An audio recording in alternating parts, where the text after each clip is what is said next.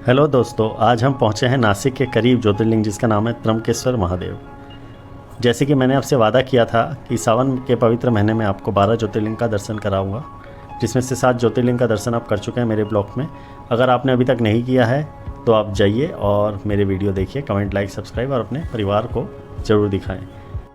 तो आज हम चलते हैं त्र्यंबकेश्वर मंदिर जो नासिक में स्थित है। नासिक रेलवे स्टेशन, कोई भी शहर से आपको नासिक के लिए गाड़ी मिल जाएगी और आप नासिक उतर के वहाँ पे आपको प्राइवेट टैक्सी या बसेस वहाँ अवेलेबल है। नासिक स्टेशन से मंदिर की दूरी है 30 से 32 किलोमीटर और ये 1 से 1.5 घंटे के अंदर आपको मंदिर के द्वार पहुँचा देगी।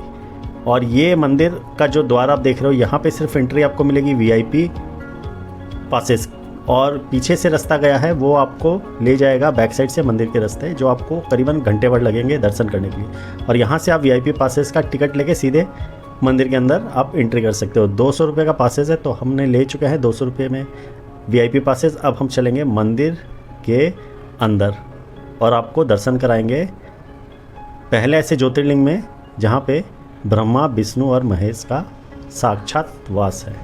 तो हम पहुँच चुके हैं काले पत्थरों से बना सुंदर अद्भुत त्र्यंबकेश्वर मंदिर। त्र्यंबकेश्वर मंदिर गोदावरी नदी के किनारे बना हुआ है। इस प्राचीन मंदिर का पुनर्निर्माण तीसरे पेशवा बालाजी अर्थात हमारे नाना साहेब पेशवा ने करवाया था। इस मंदिर का जो जीर्णोद्वार है वो 1755 में शुरू हुआ था और इसे बनाने में लगभग 31 साल के लंबे समय के बाद ये बनकर पूरा हुआ था। कहा जाता है कि भव्य मंदिर के निर्माण में 16 लाख रुपए खर्च किए गए थे और अनुमान लगाया जाए तो उस समय के हिसाब से 16 लाख रुपए बहुत ही बड़ी रकम मानी जाती है। तो चलिए इस मंदिर की सबसे खास बातें आपको बताते हैं। मंदिर के अंदर गर्भगृह में प्रवेश करने के बाद जब हम शिवलिंग देखते हैं तब शिवलिंग की केवल अर्घा दिखाई देती है, लिंग नहीं। गौर से देखने पर हमें देखने मिलेगा कि इसमें 1-1 इंच के 3 लिंग दिखाई देते हैं। इन लिंगों को त्रिदेव ब्रह्मा, विष्णु और महेश का अवतार माना जाता है। सर्वप्रथम यहाँ पर सुबह सुबह महादेव की पूजा की जाती है और पूजा के पश्चात इस पे चांदी का पंचमुखी मुकुट चढ़ा दिया जाता है। त्र्यंबकेश्वर को भारत का सबसे पवित्र शहर माना जाता है। इस विश्वास के कई कारण हैं। सबसे पहला कारण है गोदावरी नदी का उद्गम इस शहर में ब्रह्मगिरी पहाड़ियों से होता है और ऐसा माना जाता है कि यहाँ पे भगवान गणेश का जन्म स्थान है, जिसे त्रिसंध्या गायत्री के स्थान के रूप में जाना जाता है। अब हम गर्भगृह में जाके साक्षात ब्रह्मा, विष्णु और महेश के दर्शन करते हैं।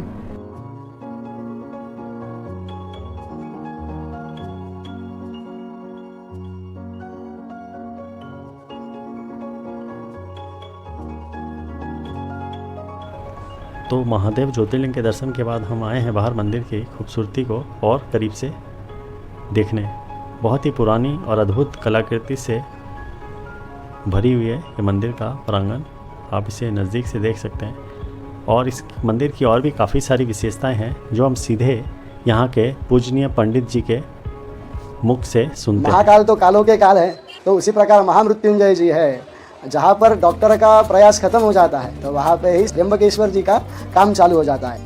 इस जगह आप शिव जी के मंदिर में जाते हो तो वहाँ पर शिव जी के ऊपर लिंग होता है, यहाँ लिंग नहीं। यहाँ उसी के प्रकार का नीचे के अंदर में गड्ढा है और गड्ढे के अंदर में 3 लिंग है, छोटे छोटे अंगूठे के आकार के, ब्रह्मा, विष्णु और रुद्र। शिव जी के ऊपर यानी रुद्र जी के ऊपर, महेश जी के ऊपर लाइन बनी है। यहाँ पे 12 ज्योतिर्लिंगों पे जाते हो तो वहाँ पर केवल शिव जी है। ये विश्व में एकमात्र ज्योतिर्लिंग ऐसा है कि अंदर में त्रय मूर्ति का वास है। अंदर में भगवान ब्रह्मा जी, विष्णु जी और शिव जी, 3 लोक के ईश्वर। ये दक्षिण वाहिनी होने के कारण गौतमी, गंगा, गोदावरी, इन नामों से भी यहाँ पर हर एवरी मंडे त्र्यंबकेश्वर जी का जुलूस निकलता है। सुबह दोपहर में 4 बजे कुशावर कुंड है, वहाँ पे भगवान का रुद्राभिषेक किया जाता है। उसके बाद त्र्यंबकेश्वर जी को वापस मंदिर में लेके जाता है। काल सर्प योग जो है वो कुंडली दोष है, वो जन्म शांति है। हर एक के कुंडली में काल सर्प योग होता है। किसी के कुंडली में आंशिक तौर पे होता है, किसी के कुंडली में पूर्णता से होता है।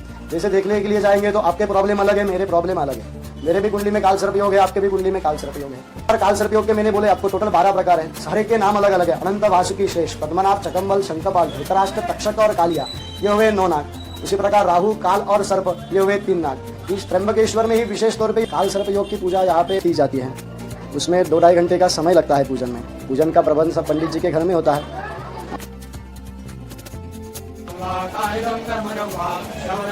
उसी प्रकार में पूरे भारतवर्ष में जो नारायण नागबली नामक विधान किया जाता है पितृदोष निवारण के लिए, वो केवल त्र्यंबकेश्वर में ही किया जाता है, क्योंकि यहाँ पे 550 साल पुराना सती का महाश्मशान है। पर किसी के ऊपर अंत्येष्टि कर्म अच्छे से ना किया है या कोई घर छोड़ के गया है, पानी में डूब के मरा है, तो इसलिए आप नारायण नाग बलि कर्म कर सकते हैं। यहाँ पर जल तो नहीं चढ़ा सकते? हम आपके नाम से प्रतिनिधि के तौर पर पंडित जी के द्वारा जल चढ़ा सकते हैं। उन्हीं को ही पूजन करने का अधिकार है। जिस प्रकार आप किसी भी पंडित जी के पास जाते हो तो उनको पूछिए कि आप ताम्रपत्रधारी है क्या, आप यहाँ के ऑथोराइज पंडित जी है क्या, तो ही उनको उसी विशेष स्थान पे पूजन करने का अधिकार है।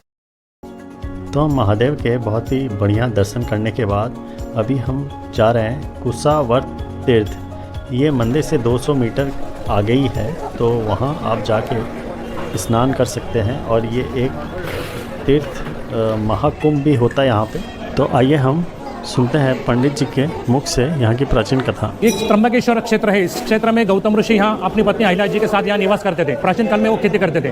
उस खेती में एक दिन गाय चले गई। उन्होंने गाय को हकलने का प्रयास किया तो वो गाय वहाँ मर गई। उनको गुहत्या का पाप लगा। उन्होंने पाप निवारण करने के लिए त्र्यंबकेश्वर क्षेत्र में पीछे ब्रह्मगिरी पर्वत है, हाँ भगवान शिव जी की उन्होंने तपस्या की। हाँ भगवान शिव जी प्रकट हुए। उन्हें गोदावरी को आज्ञा की कि आप पृथ्वी के ऊपर प्रभावित हो जाइए। गोदावरी मैया उनके जटे से बाहर आने के लिए तैयार नहीं थी। तो भगवान शिव जी ने क्रोधवश वहाँ पे उन्होंने जटा पटकी और जटे में से गोदावरी बाहर प्रभावित हो गई। तो वहाँ गोदावरी गुस्से में थी, इसलिए से वहाँ से गोदावरी गुप्त हो गई। तो दूसरा एक पानी गंगा द्वारा वहाँ गौमुख से निकलती है। फिर वहाँ गौतम ऋषि उनके पीछे वहाँ तक चले गए, गोदावरी के पीछे। वहाँ गोदावरी उनको मिली नहीं। फिर वहाँ से गोदावरी लुप्त हुई। तो ज़मीन के अंदर से यहाँ गड्ढे में निकलती है। यहाँ से हमेशा पानी भरा रहता है।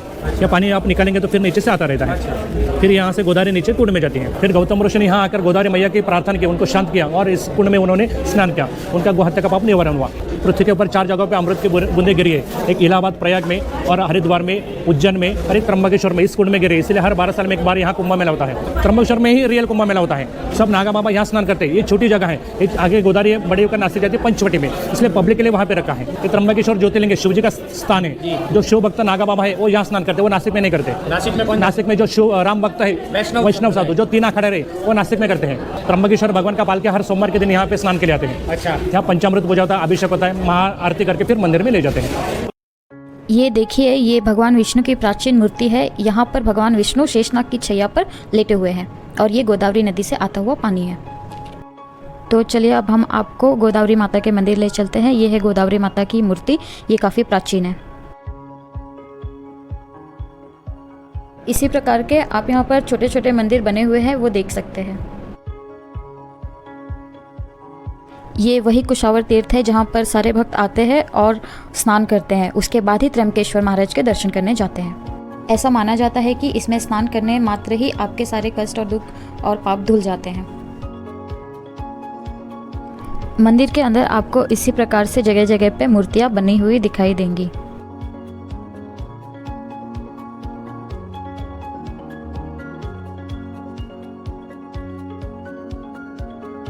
ये मंदिर के अंदर प्रवेश करने का द्वार है और ये है नरसिंह भगवान की मूर्ति जो काफ़ी प्राचीन है।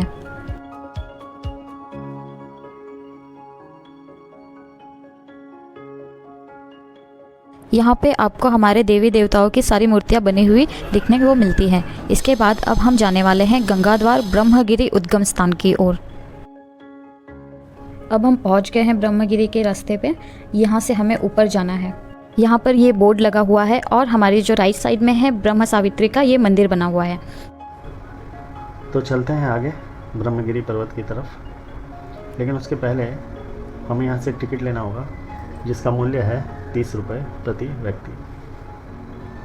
यहाँ चिप्स की और बिस्कुट की छोटी मोटी दुकानें हैं और आपको कई लोग रास्ते में मिलेंगे जो बैठ के स्वादिष्ट खाना खाने का लुत्फ़ उठाएंगे। और आप चलते जाइए ऊपर, आपको थकान ज़्यादा नहीं होगी। ये है माता का मंदिर, आप दर्शन करते हुए आगे बढ़ते जाइए। यहाँ आपको थकान ज़्यादा इसलिए नहीं होगी क्योंकि बीच बीच में दुकानें हैं, बैठने की जगह बनी हुई है और यहाँ की जो सीढ़ियाँ हैं वो ज़्यादा ऊंची नहीं है, समतल बनी हुई है।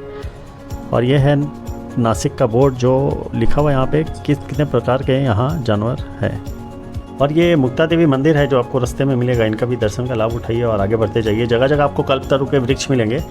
इनकी ऑक्सीजन मात्रा बहुत ज़्यादा होती है दूसरे पेड़ों के मुकाबले। तो दुकानें भी आपको मिलेगी, भरपूर दुकानें हैं और लोग कम रहते हैं। यहाँ गर्मी का मौसम है, इसके बारिश के टाइम में यह जगह आपको जन्नत से कम नहीं लगेगी। चारों तरफ झरने, नदी नाले, बहुत ही अद्भुत दृश्य होगा। तो टूटे फूटे रास्ते रेलिंग पकड़ के आप ऊपर बढ़ते जाइए और ब्रह्मगिरी पर्वत का ऊंचाई देख के ही देखिए, जगह जगह पे आदमी लोगों ने राम, दुर्गा माँ ये सब लिख के रखा है। बहुत ही अच्छा अनुभव होगा। और ये हमारे हनुमान जी भी बहुत आपको यहाँ नज़र आएंगे। इनके लिए आप ज़रूर कुछ ना कुछ नीचे से लेके आइए या दुकान मिलेगी। ये बैठे हैं हमारे हनुमान जी बजरंगबली। ये देखिए किसी का पैकेट इसने चुराया है और ये लोगों को परेशान भी करता है। तो बंदर के साथ खेलने के बाद आप यहाँ पे देखोगे काफ़ी सारे पहाड़ पे पुराने मंदिर है जिनके बारे में बताने के लिए लोग यहाँ पे नहीं है कि ये कब बना, कैसे बना।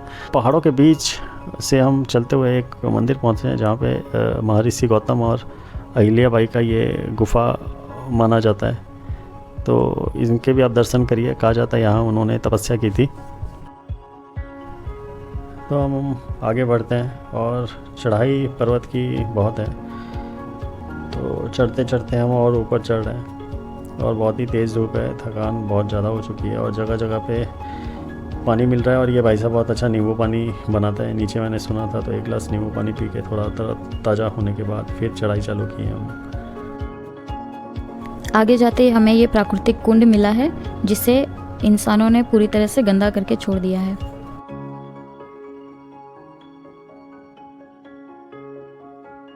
सामने जो मंदिर दिख रहा है हमें वहीं तक जाना है और ये गोदावरी नदी का उद्गम स्थल है।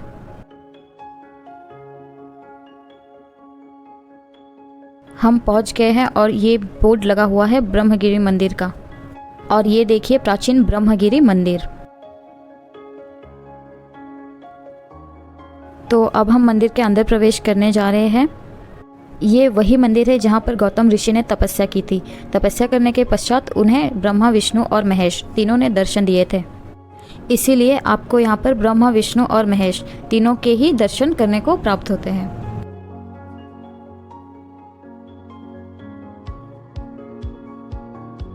ब्रह्मगिरी मंदिर में यह एक कुंड है जहाँ पर गौतम ऋषि ने स्नान किया था और अपने गौ हत्या के पाप से मुक्त हुए थे। इसकी कथा सुबह हमने पंडित जी से सुनी थी। और यह है गोमुख, जहाँ से गोदावरी का जल निरंतर गिरता रहता है। और गोदावरी यानी दक्षिण की गंगा, और गोदावरी और गंगा एक ही है। और ये गोदावरी की प्राचीन मूर्ति और उसके नीचे बना हुआ ये प्यारा सा गोमुख। तो आप ज़रूर आएँ और दर्शन करिए और लाभ उठाइए और बंदर को ज़रूर कुछ ना कुछ खिलाइए।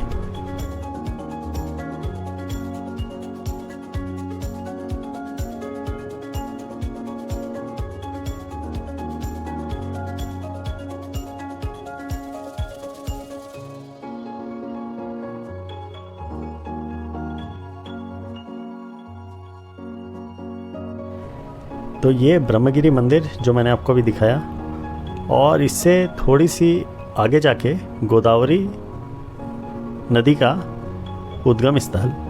तो चलिए चलते हैं। मूल गंगा मंदिर कहते हैं इसे। और यहाँ पे हम देखते हैं गोदावरी नदी का उद्गम स्थल। तो ये जो कुंड है इसमें 3 जगह से पानी आता है। एक इधर से, वो देखिए, एक इधर से, एक इधर से। और कहा जाता है कि एक इस पेड़ से और एक इस पेड़ से और एक ये पेड़ अभी इसका सिर्फ तना रहा है, उसके द्वारा इस कुंड में पानी आता है। तो आप देख रहे हैं ये कभी सूखता नहीं है, चाहे कितनी भी गर्मी पड़े।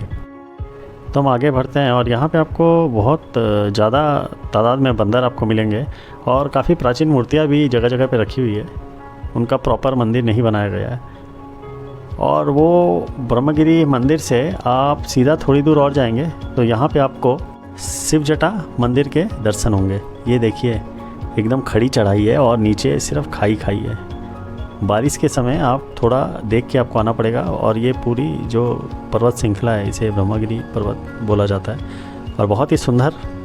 आप मई के महीने में आएंगे, ये देखिए आपको शिव जटा मंदिर वो सामने एकदम समतल चढ़ाई है, तो आप आराम से यहाँ पे जा सकते हैं। और ये आपको शिव जटा मंदिर में हम आ चुके हैं। शिव जटा मंदिर की मान्यता है कि शंकर भगवान इधर अपने घुटनों के बल बैठ के उन्होंने अपना बाल को झटके थे, तभी गोदावरी माता का इधर उद्गम हुआ था।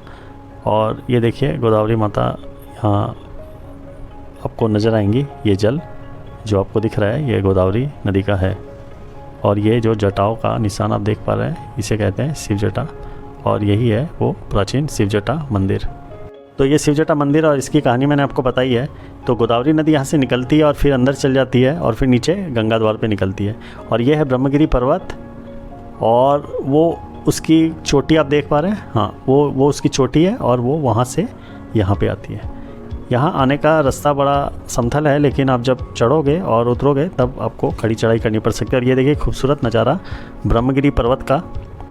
हमारे जो वीडियोस हम बनाते हैं उसका उद्देश्य ये होता है कि आपको पूरी डिटेल्स मिल सके।